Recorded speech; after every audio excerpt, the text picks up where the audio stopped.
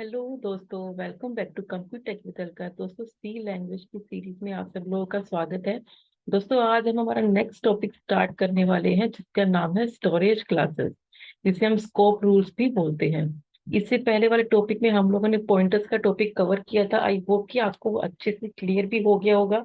अगर स्टिल आपको कोई डाउट है तो आप मुझसे उसमें with the help of comment section आप मुझसे बात कर सकते हैं, डील कर सकते हैं। ठीक है। आज हम हमारा टॉपिक स्टार्ट कर रहे हैं स्टोरेज क्लास। स्टोरेज क्लास क्या है एक्चुअली? इसे हम स्कोप रूल्स भी कहते हैं साथ में। ठीक है। तो इसका कॉन्सेप्ट देखते हैं। A variable storage class tells, जब वेरिएबल की हम बात करते हैं यहाँ पर, जस्ट लाइक कि इंट आई है, एक वेरिएबल है। तो ये स्टोर कहाँ पे होएगा, इसका कीवर्ड क्या है यहाँ पर, किस टाइप का ये क्लास है यहाँ पर, ये रजिस्टर है क्या, ऑटोमेटिक है क्या, ये स्टैटिक टाइप की है या ये एक्सटर्नल लेवल का है, इसका स्कोप कितना है, ये इसकी लाइफ कितनी है, यानी कि एक प्रोग्राम में इसका लाइफ क्या है। और अगर मैं इसको नॉर्मल ऐसे ही डिक्लेयर करके और प्रिंट करवाऊँ तो मेरा गार्बेज वैल्यू यानी कि इनिशियल वैल्यू क्या आएगा। मोस्ट ऑफ द केस में गार्बेज वैल्यू ही आउटपुट में एज ए इनिशियल वैल्यू आता है। ठीक है। तो वो अभी हम यहाँ पर डिस्कस करेंगे। A variable storage class tells us, ये हमें क्या बताते हैं कि where the variable would be store, हमारा वेरिएबल कहाँ पे स्टोर होएगा। लाइक कि मेमोरी में स्टोर होएगा या फिर सीपीयू रजिस्टर में स्टोर होएगा। तो वो हमें ये बताते हैं। कौन बताता है? स्टोरेज क्लास के थ्रू हमें पता चलता है कि हमारा वेरिएबल कहाँ पे स्टोर हो रहा है। Would will be the initial value of variable. तो जैसे मैंने आपको अभी बताया, अगर मैं इस वेरिएबल को डायरेक्टली प्रिंट करवाऊँ, आई को प्रिंट करवाऊँ, तो मेरा इनिशियल वैल्यू क्या प्रिंट होएगा यहाँ पर, उसे ही हम क्या बोलते हैं? डिफॉल्ट इनिशियल वैल्यू बोलते हैं, जो कि मोस्ट केसेस में गार्बेज वैल्यू भी आता है। ठीक है। व्हाट इज द स्कोप, यानी कि इस आई का स्कोप क्या है, ये कहाँ तक एक्सेसिबल है। व्हाट इज द लाइफ, और इस आई की लाइफ कितनी है, ये throughout the program accessible है या कोई particular within the block accessible है। तो वो हम यहाँ पर चेक करेंगे।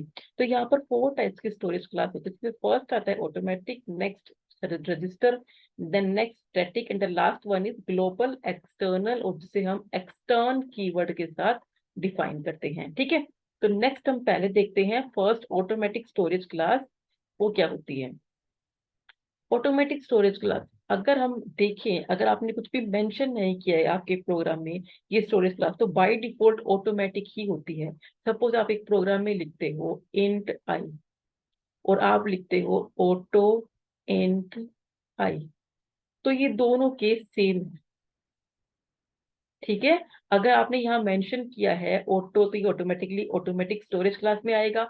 इंट आई लिखा है तो भी ये ऑटोमेटिक स्टोरेज क्लास के अंडर ही आएगा। तो बाय डिफॉल्ट आपकी क्लास कौन सी होती है? ऑटोमेटिक स्टोरेज क्लास होती है। इसका कीवर्ड क्या है? ऑटो, जो कि हमने यहाँ पर यूज किया है। ये कहाँ स्टोर होता है? ये मेमोरी में स्टोर होता है। जैसे कि इंट आई है, तो ये हो गया आई, कहीं वेरिएबल हो गया। सपोज कि ये कोई रैंडम लोकेशन पे कहीं भी स्टोर हो रखा है। Default initial value garbage value ये आपको आउटपुट देता है। सपोज मैं इस आई को प्रिंट करवाना चाहती हूँ, प्रिंट परसेंट डी, और आई को प्रिंट करवाना चाहती हूँ, तो मेरा आउटपुट क्या आएगा? सपोज कोई रैंडम वैल्यू आ जाएगी लाइक दिस। ठीक है। इसे हम क्या बोलते हैं? गार्बेज वैल्यू बोलते हैं।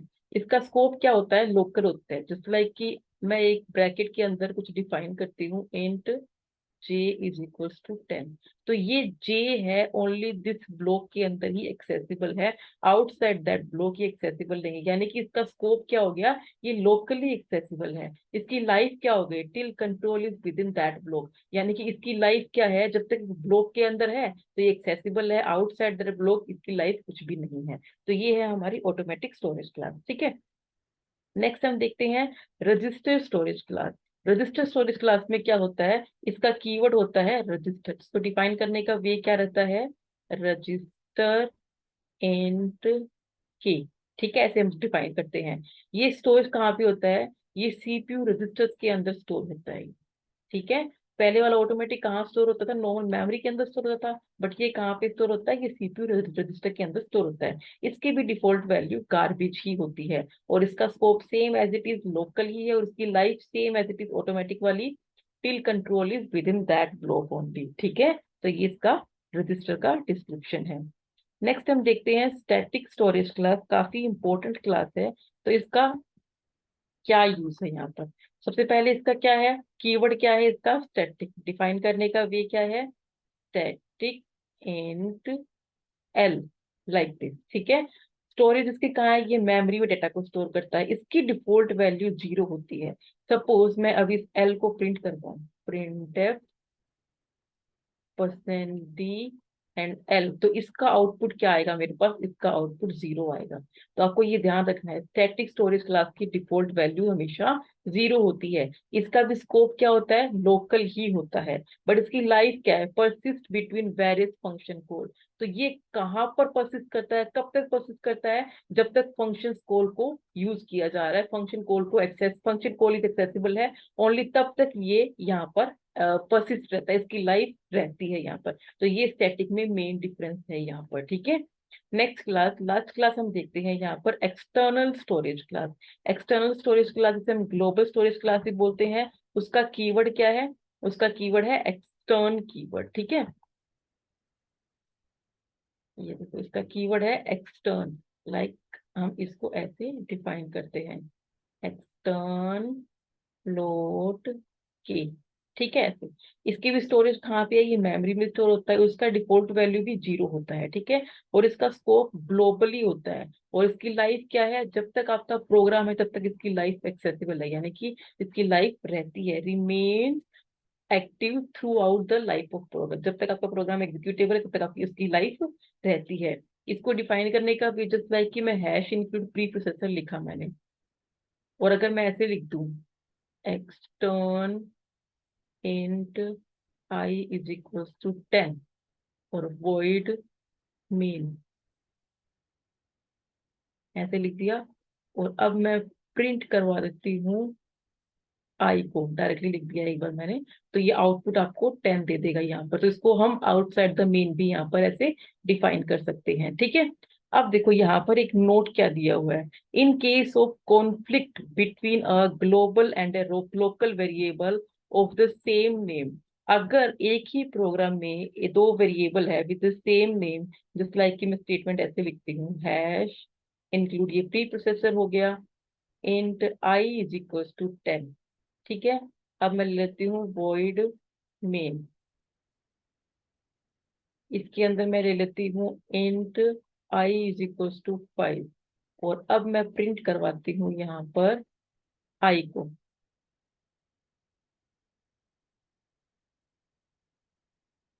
तो अब देखो ये क्या बोल रहा है, in case of conflict between global and local variable, एक ग्लोबल वेरिएबल हो गया आई जिसकी वैल्यू है 10, एक लोकल वेरिएबल हो गया आई जिसकी वैल्यू है 5, ऑफ द सेम नेम, यानी कि आई सेम नेम यहाँ पर मैंने दिया हुआ है, then it always a local variable that is given the highest priority. तो हम इसको एग्जीक्यूट करेंगे पहले, तो अब आई का आउटपुट आपका क्या आएगा, आई का आउटपुट आपका 5 आएगा यहाँ पर, ठीक है। तो ये प्रोग्राम आपका ऐसे एग्जीक्यूट होगा, ठीक है। तो ये नोट यहाँ पर ये बताया गया है।